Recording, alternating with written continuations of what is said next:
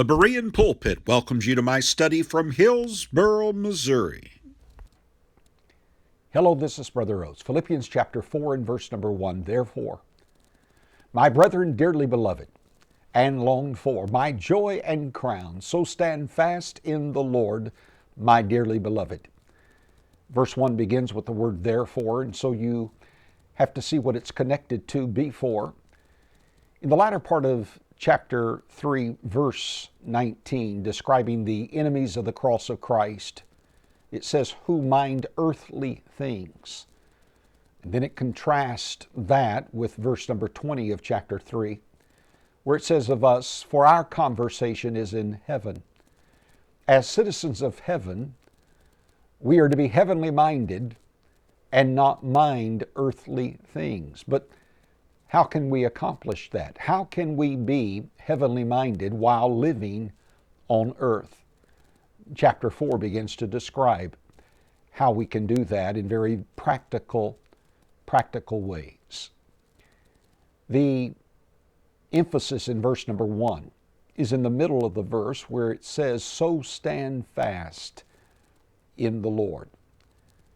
That term, stand fast, is a military term. It's the Greek word stako, mentioned some 8 times in the New Testament. And it literally means to stand your ground, especially when under attack. It means to stand firm, to hold fast, to persist or be persistent or persevere.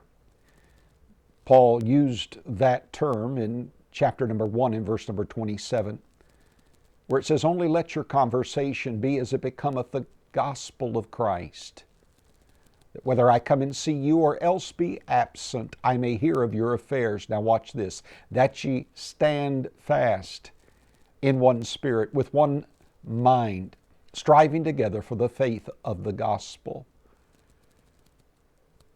But back to chapter 4 in verse number 1, it says, so stand fast in the Lord. Why the Lord? The reason is because the Lord is our anchor.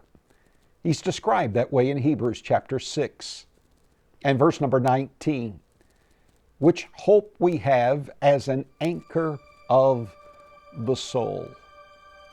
And you'll never know the real value of an anchor until you're in the middle of a storm.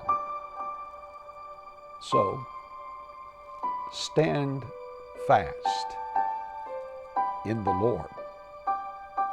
Bereans, search the Scriptures.